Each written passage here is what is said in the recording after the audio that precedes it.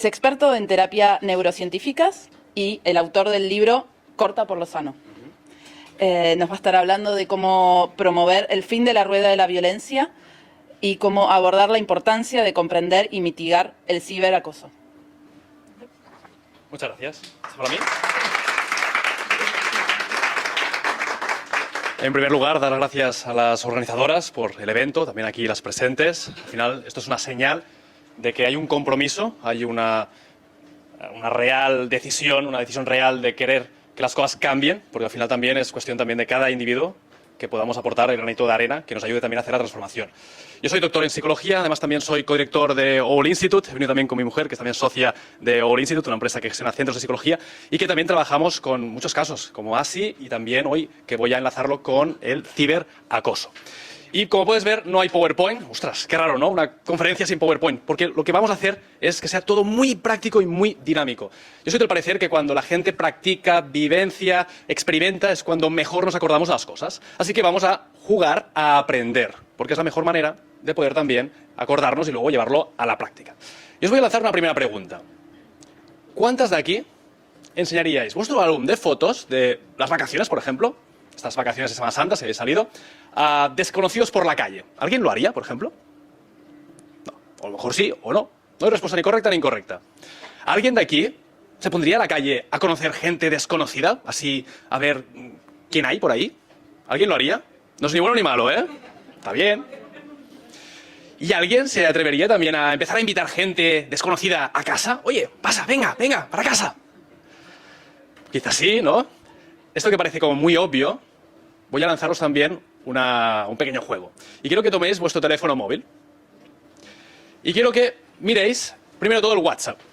¿Habéis tenido alguna conversación con alguien desconocido en algún chat? ¿O os han metido en algún grupo que no conocíais de nada y os han empezado a hablar gente desconocida? ¿Os han invitado quizá a algún tipo de videollamada a alguien desconocido y no tenías ni idea? Esto ha ocurrido, ¿no? En las redes, ahora entramos en vuestro Instagram, si queréis. Si no tenéis Instagram, pues el TikTok o álbum de fotos compartidas. ¿Habéis subido fotos de vuestras vacaciones recientemente? ¿Os han dado me gusta, os han comentado desconocidos vuestras vacaciones? No, sí, tal vez.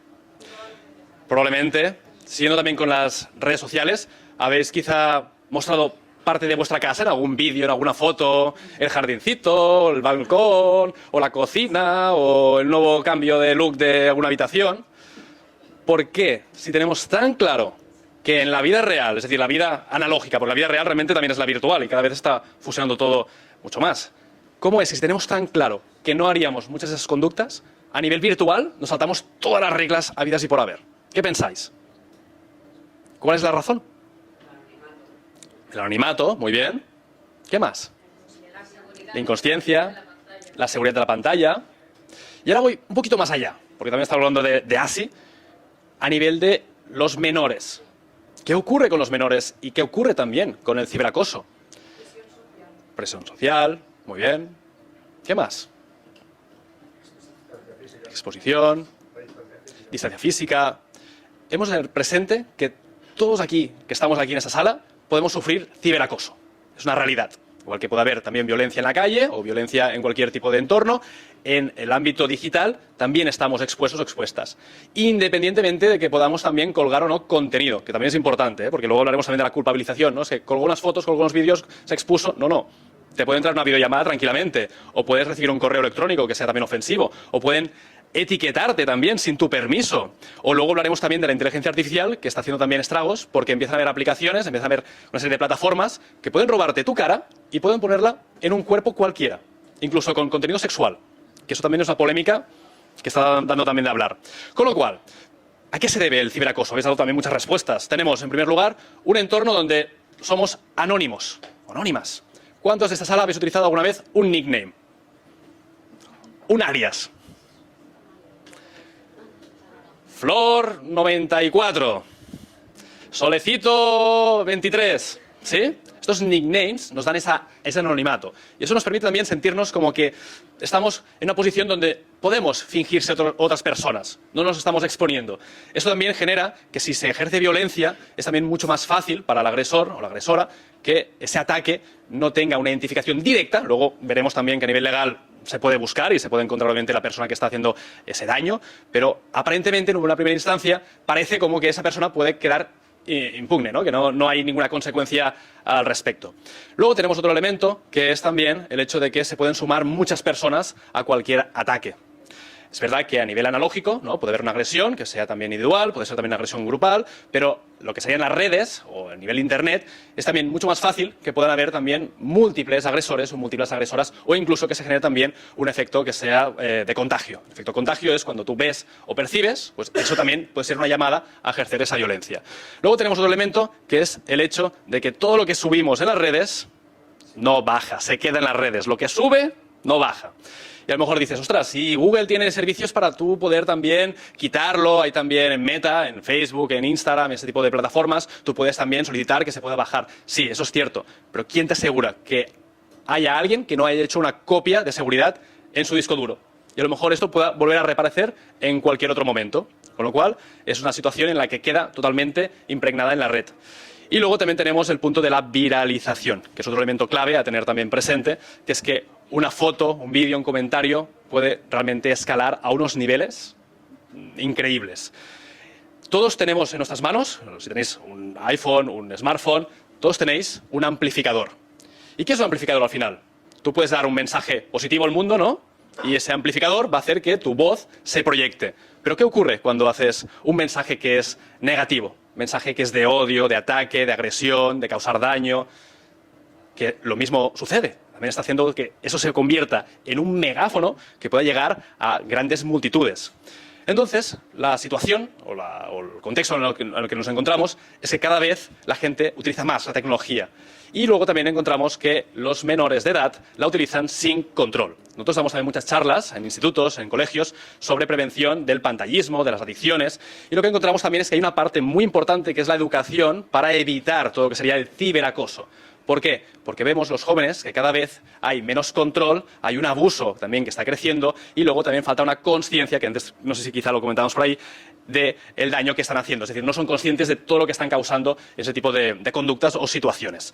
Entonces, el punto es, si empezamos a educar ya a los menores que todo eso tiene unas repercusiones y luego también que hay que empezar a protegerse, tener una serie de controles, de filtros, de limitaciones, porque es importante también los límites, va a evitar que haya una exposición que luego origine un riesgo, que haya también un peligro, porque luego no sabemos tampoco quién es el que está al otro lado de la pantalla. Hay una forma también de causar violencia, que es el grooming. ¿Alguien aquí le suena el grooming? ¿Sí? ¿Os animáis a contarlo? Así lo hacemos también más interactivo. Lo repito si quieres. Vale, es este tipo de acecho donde tú estás chateando con alguien que dice ser de tu edad, pero Exacto. en realidad es un pedófilo o pederasta. Correcto. Exacto, es una suplantación de identidad en la que un adulto puede fingir ser un menor con intención de, pues quizá, causar un abuso, quizá causar una serie de conductas de manipulación que normalmente van de menos a más y es una forma también de hacer que el menor pueda también confiarse y así también pues obtener información, poder también obtener fotografías, vídeos, contenido, etcétera, o incluso también llegar a encuentros que sean presenciales, con lo cual también hay un peligro. Esto nos lleva a tener presente que tenemos que educar a nuestros hijos e hijas para que entiendan de que hay ese riesgo, porque también muchas veces cuando son menores, hay el pensamiento mágico de que no les puede pasar nada malo, ¿no? Ese pensamiento de la juventud de que a mí no me va a pasar nada, ¿no? Porque al final esto les ocurre a las películas, les ocurren a los demás, a las series, pero a mí no me va a pasar. Pues sí, pasa. Además también son gente que puede ser también reincidente, son gente que ha estado haciendo ese tipo de conductas durante mucho tiempo, con lo cual saben cómo manipular y cómo ganarse la confianza de esos jóvenes. Muchas veces también hay regalos de por medio, hay también intercambios, hay una serie de presiones y cuando obtienen un cierto contenido también pueden jugar la carta de la culpabilidad, de la vergüenza, para que esos jóvenes también entren en una espiral en la que no puedan salir, por miedo a qué van a decir los demás, y entonces se produce también un chantaje. Luego también habría el sexting, que es... ¿Quién se anima? Provocar que te envíen imágenes sexuales y chantajearte.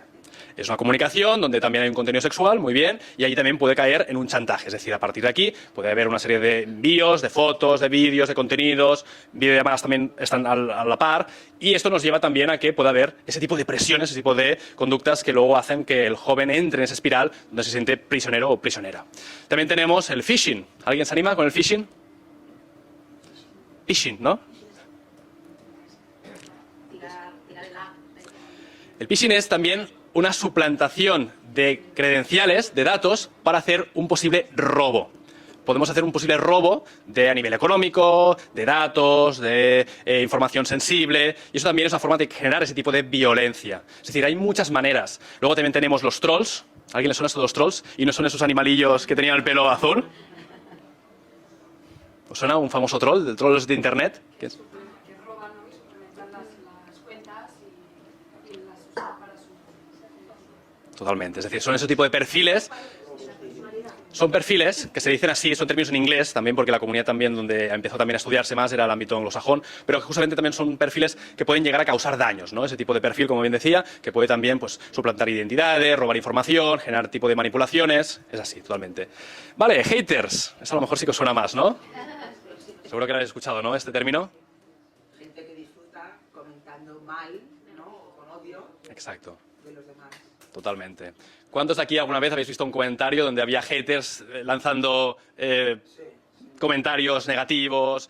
Eso también es violencia. Al final debemos entender que al final eso son formas de violencia. Todo lo que estoy describiendo son actitudes, son conductas, son comportamientos que pueden llevar a la violencia. Yo tengo un canal, por ejemplo, de YouTube donde entrevisto también a personas de distinto tipo de perfiles y esto lo veo. Veo también que hay a veces comentarios que dices, ostras, esta persona está causando un daño. Y como bien decía también antes el compañero Tony, muchas veces el problema es la consciencia, el no darte cuenta, esa responsabilidad de que estás causando un dolor, un daño.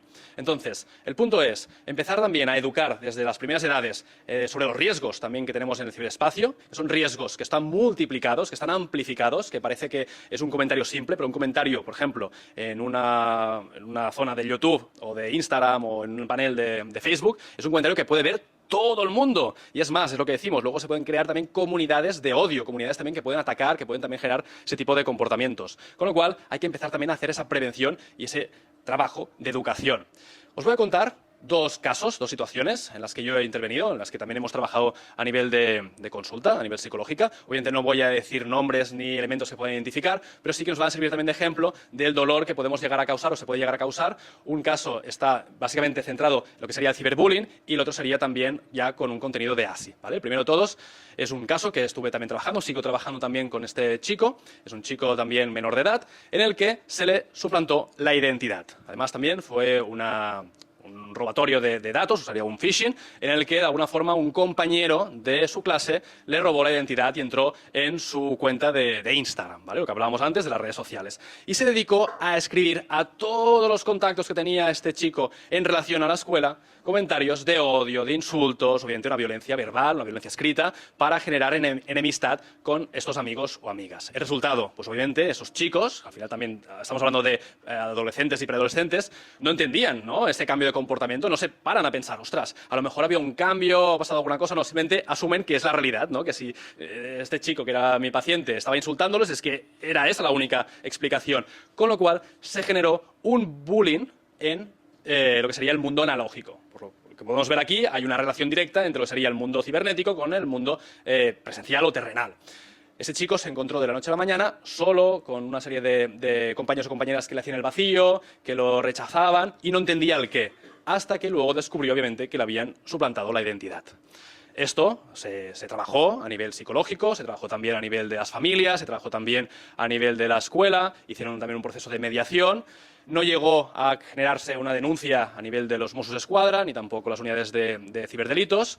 Para mí, yo creo que hubiera sido lo recomendable, pero aquí también hemos de entender que la familia y la escuela también llegaron a una serie de acuerdos, pero esto generó que este chico tuviera miedo a la sociabilización, que generase también un aislamiento social, un trastorno por estrés postraumático, obviamente, por esa conducta. El agresor, de alguna forma, también se hizo un trabajo con él. Para mi entender, también creo que quedó corto el trabajo, porque optaron más por una serie de sesiones de tutorías y luego, pues supuestamente, a pedir ayuda psicológica, que no sé si al final se llegó a realizar. Pero yo que trabajé con la víctima, sí que se hizo un proceso y se sigue haciendo un proceso que a día de hoy aún sigue. Esto os hablo de hace ya 2 años, con lo cual vemos el dolor, el daño que se puede llegar a generar. Y es un chico que sigue teniendo también necesidades a la hora de sentirse seguro y que puede confiar con su entorno. La clase ha cambiado, pero esa herida queda totalmente presente. Entonces, es algo que tú puedes hablar con los jóvenes, con los menores, y a lo mejor parece que son como juegos, que pueden parecer pues situaciones, incluso pueden parecer como lúdicas, pero vemos luego también que esa diversión, incluso ese morbo negativo, realmente es una falta de conciencia. Como decía también Tony, es una falta de responsabilidad. No acaban de entender que ese acto está generando una repercusión para toda la vida. Y luego también que la violencia genera más violencia. Es decir, cuando tú percibes violencia, aunque a lo mejor tú no estás ejerciendo, como antes decíamos también de la pornografía, estás alimentando la rueda de la violencia. A mí me gusta explicar la rueda de la violencia con una pequeña metáfora. Imaginaos que en vuestro trabajo, pues no sé, un día tenéis una bronca con vuestro jefe, jefa, coordinador, coordinadora. Si sois jefes o jefas, pues a lo mejor con un proveedor o un cliente. Y ese día pues vas muy enfadado, estás como iracundo, estás irritable, estás con esa tensión porque ha sido una conversación muy complicada, ¿no? Y, desgraciadamente, pues mira, lo pagas a lo mejor con tu pareja, ¿no? Ese día estás quizá más nervioso, más nerviosa, y a lo mejor tu pareja luego pues lo acaba pagando, pues a lo mejor con alguno de tus hijos, ¿no? A lo mejor lo acaba pagando con uno de los niños o niñas de la casa. Y el niño a lo mejor lo acaba pagando pues con el perrito o la perrita de la casa. Y para cerrar el círculo de la rueda de la violencia y que sea un poco kármico, pues a lo mejor pues ese jefe, esa jefa, le gusta salir a hacer footing, a hacer running, y a lo mejor ese perrito o perrita se escapa y le muerde el culo, ¿no? Para hacer un poco la rueda y terminar como si fuera un poco kármica. Eso que acabo de decir, que parece como cómico, ¿vale? Es para entender que esa violencia está generando cada vez más violencia. Cuando se produce una situación de ciberacoso, es lo que hablamos también, quizá aparentemente no hay una violencia directa en lo que sería la situación de la clase, pero está afectando luego también a muchos otros comportamientos. Con lo cual, esos espectadores también están también ejerciendo una violencia porque no están poniendo freno a lo que sería una conducta de agresión. Y estos también se multiplican. Normalizamos al final la violencia. Decimos que cuando tú ves violencia y la aceptas, estás también normalizándola, con lo cual cada vez te vuelves también más inmune a la violencia, sea del tipo de la que sea.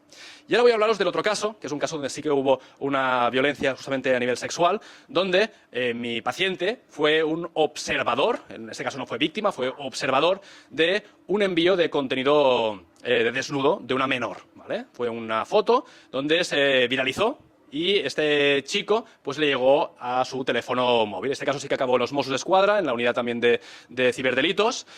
Fue una situación también muy grave a nivel institucional de la escuela, se trabajó mucho luego también, las familias también estuvieron trabajando a nivel también de mediación, pero justamente este chico actuó bien porque cuando recibió esa fotografía avisó directamente a los adultos, avisó creo que a su madre en este caso. Con lo cual, en este punto, yo creo que hay esperanza con los jóvenes, hay jóvenes que están un poco más despiertos, hay jóvenes que a lo mejor están también con otro tipo de actitudes, y eso también ayudó a que se pudiera también empezar a trabajar y se frenara también esa viralización.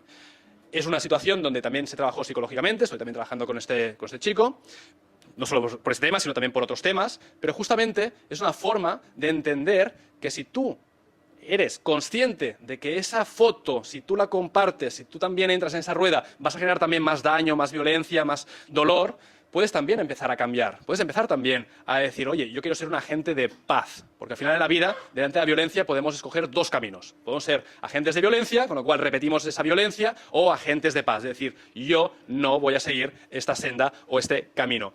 Y es complicado, porque justamente los adolescentes están también en una situación en la que la presión grupal es brutal. Pensad en cuando erais adolescentes. Vamos a hacer 30 segundos de reflexión. ¿Qué pasaba cuando erais más jóvenes? Porque sois muy jóvenes, ¿vale? Todos nos cuidamos muy bien. Pero ¿qué pasaba cuando estábamos en el instituto? ¿Había presión o no había presión a copiar y a seguir lo que hacían la gran mayoría de la gente? ¿Quién sentía presión? ¿Sí o no? Pasaba, ¿no?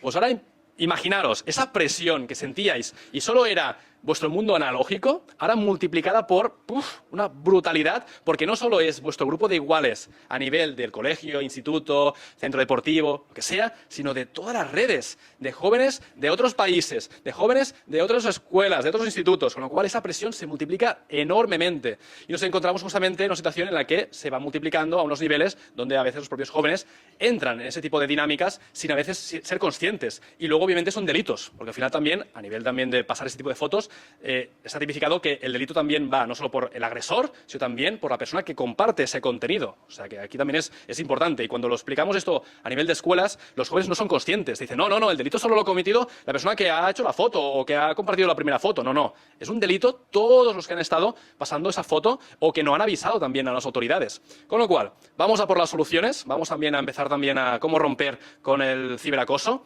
Save the Children dice que el gran freno que tenemos a nivel de abuso en el ciberacoso es la ley del silencio. Se habla justamente que es el gran freno que nos encontramos. También supongo que es lo mismo en acoso en el mundo analógico. Cuando el joven o el menor o la menor no explica, entonces entramos en ese bucle donde se hace cada vez más complicado poder salir. Entonces es importante crear canales que sean accesibles, ya sea a través de la familia, a través también de tutores, de profesores, entrenadores, entrenadoras, todo tipo de miembros de autoridad que puedan también ayudar y escuchar. Con lo cual, es importante también generar con los jóvenes lo que se llama la técnica del tiempo especial. ¿Qué quiere decir esto? A veces con los jóvenes, cuando somos papás o mamás o progenitores o cuidadores, nos fijamos mucho en lo que no hacen bien, ¿no? Esas riñas, esos castigos, esas consecuencias, pero a veces nos falta ese tiempo de calidad, ese tiempo de momento especial de poder compartir algún ocio, alguna actividad que sea relajada, que sea divertida, y son esos espacios lo que luego permite que haya esa confianza, esa, digamos, complicidad para que te relate, para que te cuente, para que te explique justamente si hay algún problema o alguna dificultad.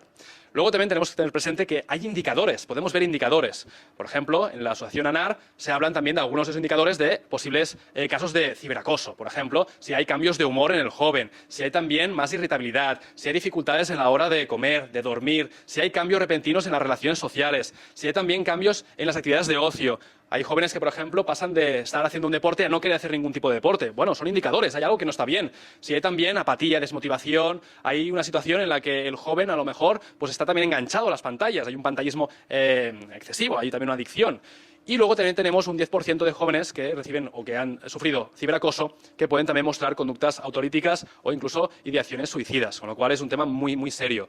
Todo este cuadro no es para que ahora nos alarmemos, simplemente es para que tengamos conciencia, ¿no?, de que puede ocurrir y que es mejor pues estar pendientes, poder también echar un vistazo, también preguntar con otros adultos que pueden también interactuar con nuestros hijos y no solo decir que es un tema de la edad, porque a veces encontramos papás y mamás que nos dicen no, es un tema de la edad, ya se le pasará. Mejor prevenir que no curar, mejor rascar un poquito más y ser pesados o pesadas que no quedarnos con la duda. Hay a veces ese insulto que pueden recibir algunos papás y mamás, que es el de qué pesado que eres, qué pesada que eres, ¿no? ¿Alguien alguna vez lo ha escuchado esto como papá? Cada día, ¿no? Sí, esto pasa, ¿no? Pero es mejor que os digan que sois pesados, que sois pesadas, que jolines, mamá, otra vez igual, o papá, otra vez igual, que no que haya realmente una situación de peligro y que no estemos pendientes de esta posible amenaza. Y volviendo ya, y para concluir, porque sé que nos vamos del tiempo, sí que me gustaría que os quedáis con el mensaje de que cada persona que está aquí presente es como si fuera una gota en el océano, un poquito como decía también Madre Teresa de Calcuta, pero ese océano, sin esa gotita, no sería la misma. Así que todos tenéis vuestra responsabilidad para hacer el cambio. Muchas gracias.